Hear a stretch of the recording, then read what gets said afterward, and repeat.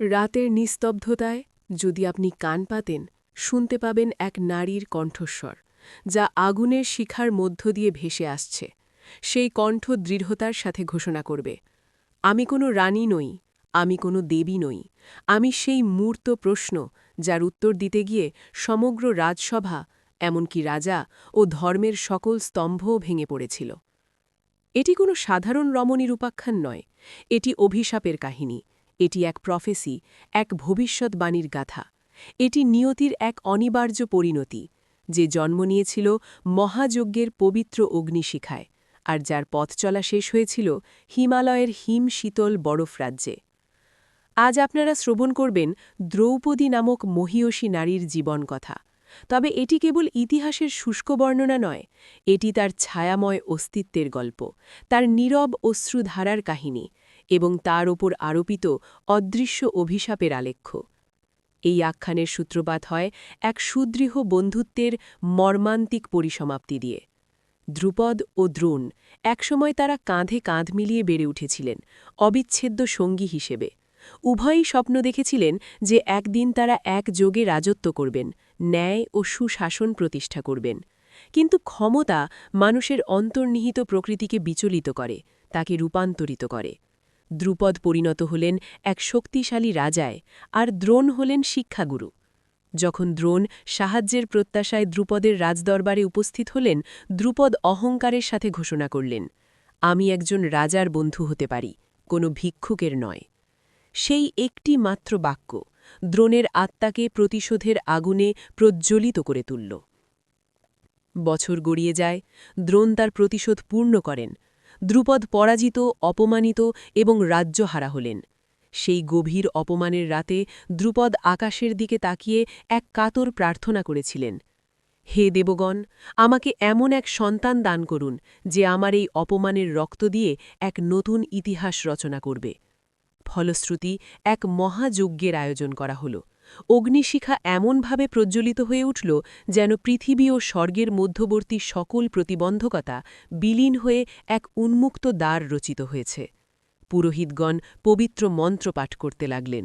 বাতাস এক গুরু গম্ভীর নীরবতায় আচ্ছন্ন হয়ে পড়ল। পশুপাখিও যেন প্রকৃতির এই অলৌকিক দৃশ্যের সাক্ষী হয়ে নিশ্চুপ হয়ে গেল। হঠাৎ অগ্নির শিখার বুক চিরে আবির্ভূত হল এক শিশু, তার নাম ধৃষ্টদ্যুম্ন।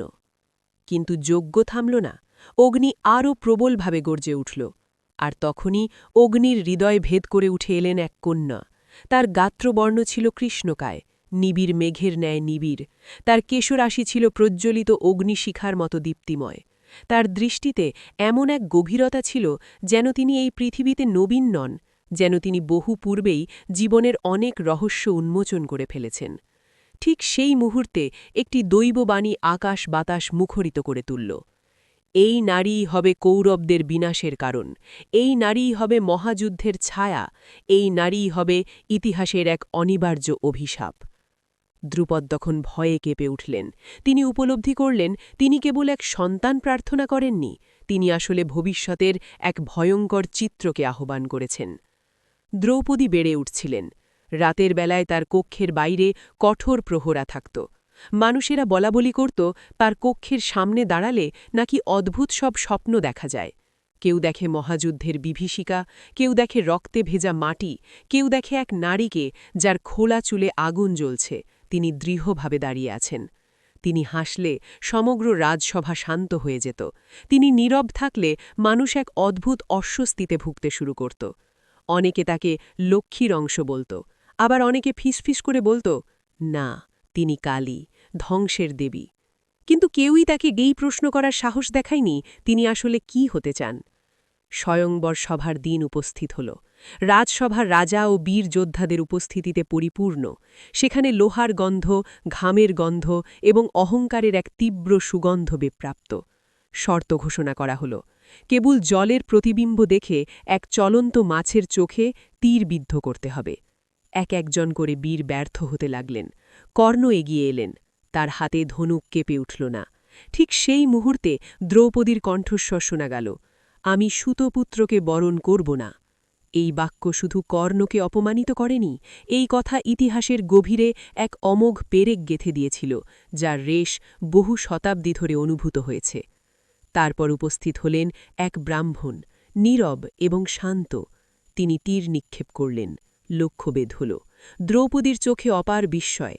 তিনি তখনও জানতেন না, এই মালা পরিয়ে তিনি কেবল নিজের নয়, সমগ্র পৃথিবীর ভাগ্যকে নির্ধারণ করছেন। মাতা কুন্তীর মুখ থেকে উচ্চারিত হল সেই চিরস্মরণীয় বাক্য, 5 ভাই মিলে ভাগ করে নাও। দ্রৌপদীর হৃদয়ের গভীরে কিছু একটা ভেঙে গেল। রাতের বেলায় তিনি একা বসে কাঁদলেন, আগুনের দিকে তাকিয়ে প্রশ্ন করলেন, তুমি আমাকে জন্ম দিয়েছিলে, কিন্তু কি আমাকে বুঝতেও শিখিয়েছিলে? বেদব্যাস বললেন, এটি দৈব নির্দেশ। কিন্তু দ্রৌপদী জানতেন, দৈবের আড়ালে লুকিয়ে থাকে মানুষের নিজস্ব সিদ্ধান্ত। মায়াসভা, দুর্যোধন জলে পড়ে গেলেন, তখন হাসির রোল উঠল। হাসি কখনো কখনো সবচেয়ে ভয়ঙ্কর অস্ত্র হয়ে দাঁড়ায়। সেই হাসি দুর্যোধনের নিদ্রা হরণ করল, সেই হাসি তাকে শকুনি নামক প্ররোচকের দিকে ঠেলে দিল।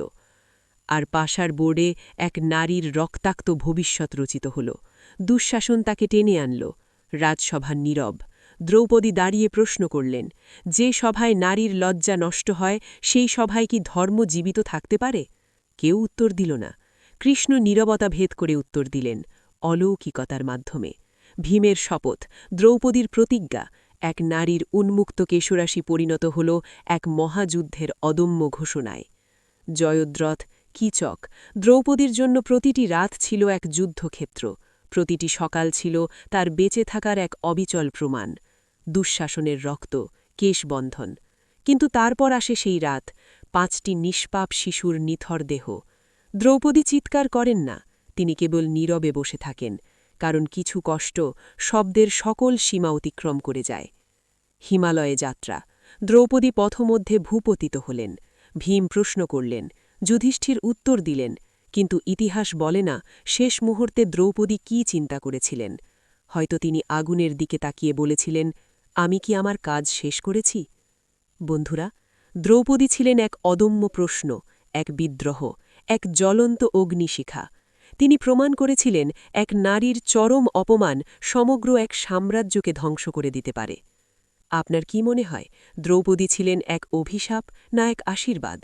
কমেন্টে আপনার মতামত জানান, এবং এমন রহস্যময়, অন্ধকার, হৃদয়স্পর্শী ঐতিহাসিক গল্প শুনতে কাহিনী সংকেত চ্যানেলটি সাবস্ক্রাইব করুন।